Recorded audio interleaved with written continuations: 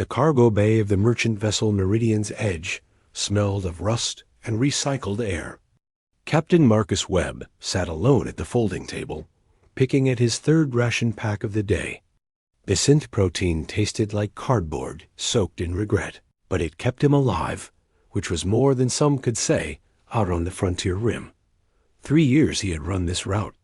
3 years of silence, of empty corridors, of talking to himself, just to remember what his voice sounded like. The automated systems hummed their eternal song, and Marcus had learned every note by heart. The proximity alarm chimed. Marcus looked up from his meal, frowning. They were 2 weeks from the nearest station, drifting through a stretch of space so empty that even pirates found it boring. He pulled up the scanner display on his wrist terminal. A pod. A small escape pod, tumbling slowly through the void like a lost prayer.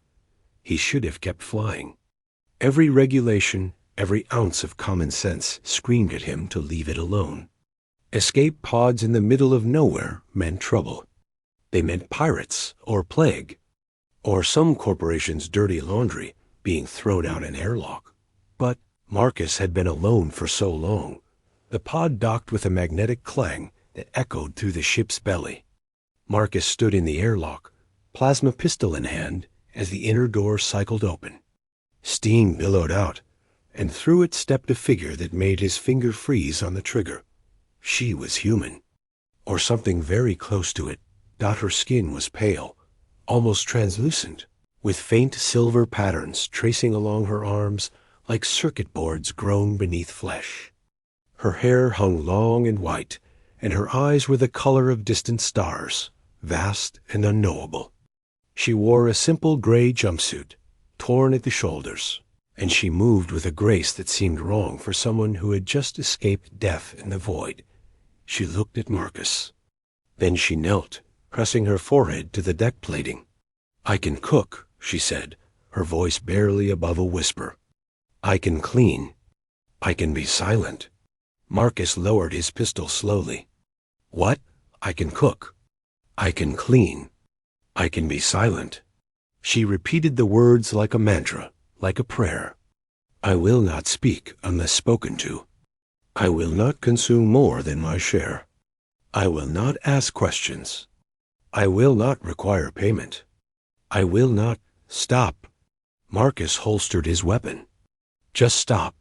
Get up." She rose with that same unsettling grace, her strange eyes fixed on the deck. Up close, he could see that the silver patterns on her skin glowed faintly, pulsing in rhythm with her heartbeat. "What are you?" he asked. "I am human," she replied. "Modified, enhanced. I was made to serve." The word made settled in his gut like a stone.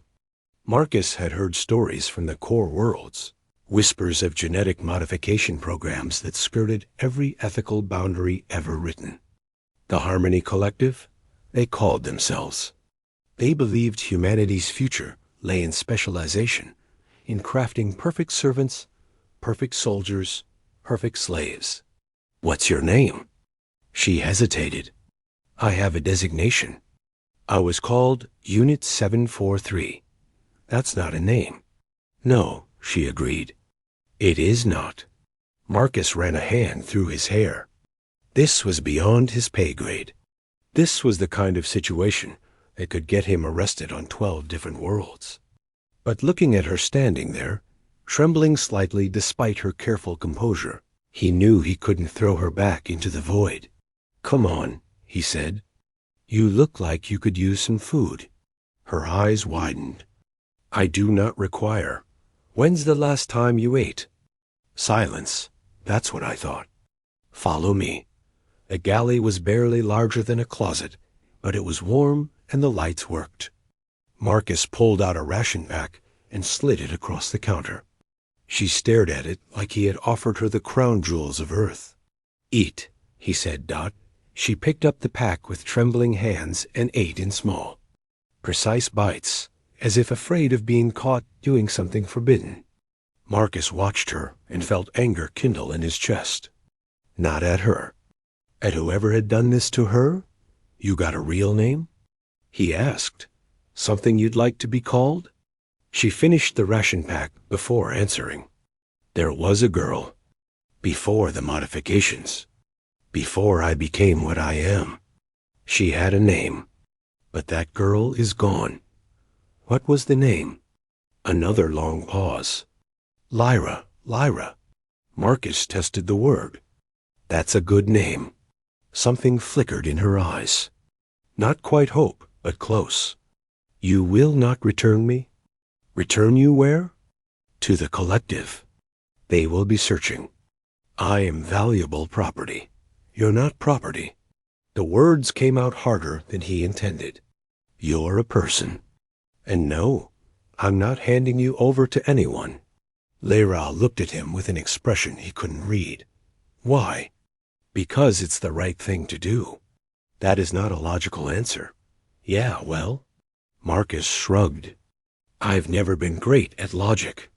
The days that followed settled into an unexpected rhythm. Lyra kept her word. She cooked, turning the bland ration packs into meals that actually tasted like food.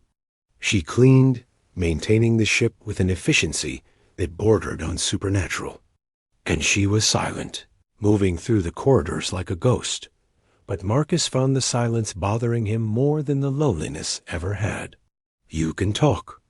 You know, he said one evening as they ate together in the galley. I'm not going to punish you for having opinions. Lyra set down her fork carefully. I was trained to be unobtrusive. You're on my ship now. My rules. And my rule is that you're allowed to be a person. She looked at him for a long moment. I do not know how. Sure you do. Everyone does. Just start with something simple. What do you think of the food? It is adequate. That's diplomatic. What do you really think? A pause. Then, almost shyly, I added too much of the synthetic pepper. I apologize. Marcus laughed. Actualized. You know what? You're right. But it's still the best meal I've had in 3 years. Something changed in Lyra after that. Not all at once, but gradually, like ice melting in sunlight. She began to speak without being spoken to. She asked questions about the ship, about the stars they passed, about Marcus himself. She still moved with that modified grace, and the silver patterns still glowed beneath her skin. But her eyes grew warmer. 2 weeks from the nearest station became 1 week. Marcus knew he should be planning, figuring out where to drop her off, how to keep her safe from the collective search teams. But every time he tried to bring it up, the words died in his throat. He didn't want her to leave. The realization hit him one night as they stood together on the observation deck, watching a nebula bloom across the view screen in shades of purple and gold. Lyra had been quiet for a while, just watching the stars, and Marcus had been content to stand beside her. I have been thinking, she said suddenly. Yeah? When you found me, I told you I could cook. I could clean. I could be silent. She turned to face him. But I did not tell you what I wanted. What do you want? To stay. The word came out fierce, desperate. I want to stay here. With you. Not as property. Not as a servant. But as whatever you will have me as. Marcus felt something crack open in his chest. Lyra. I know I am not normal. I know my modifications make me strange. But I can learn. I can be more than what they made me. You have shown me that. He reached out slowly, giving her time to pull away, and placed a hand on her shoulder. The silver patterns pulsed brighter at his touch. You can stay as long as you want. Not as a servant. As a partner. As crew. As family. She smiled then. The first real smile he had seen from her. Thank you. The Meridian's edge continued its journey through the frontier rim, but it was no longer a lonely ship. Marcus still ran his routes, still delivered cargo to forgotten stations on the edge of known space. But now the corridors echoed with conversation. Now meals were shared, stories were told, and the observation deck became a place of wonder instead of isolation. Lyra learned to pilot the ship. Marcus taught her the basics of navigation, of trading, of survival out where the law was just a suggestion and pirates were a fact of life. She was a quick study, her enhanced mind absorbing information like a sponge dot, and slowly, carefully, she learned to be herself. The collective sent search teams. Their messages were polite but firm, demanding the return of their property. Marcus deleted each one without responding. Let them search. The frontier rim was vast, and the Meridian's edge was just one ship among thousands. 6 months after opening his door to a stranger, Marcus sat in the galley and watched Lyra work. She moved with confidence now, no longer trying to make herself small and unnoticed. The silver patterns on her skin still glowed, but she wore them proudly instead of hiding beneath long sleeves. She caught him watching and raised an eyebrow. "Something on your mind, Captain?" "Just thinking. About how one decision can change everything." Lyra smiled. "Best decision you ever made?" Marcus thought about the loneliness, about the 3 years of silence, about the moment he chose to dock with a drifting pod instead of flying past. He thought about the woman who had knelt on his deck and offered him servitude, and the person she had become. "Yeah," he said. "Best decision I ever made?" Outside, the stars turned slowly past the view screen, and the Meridian's edge flew on into the endless night, no longer alone.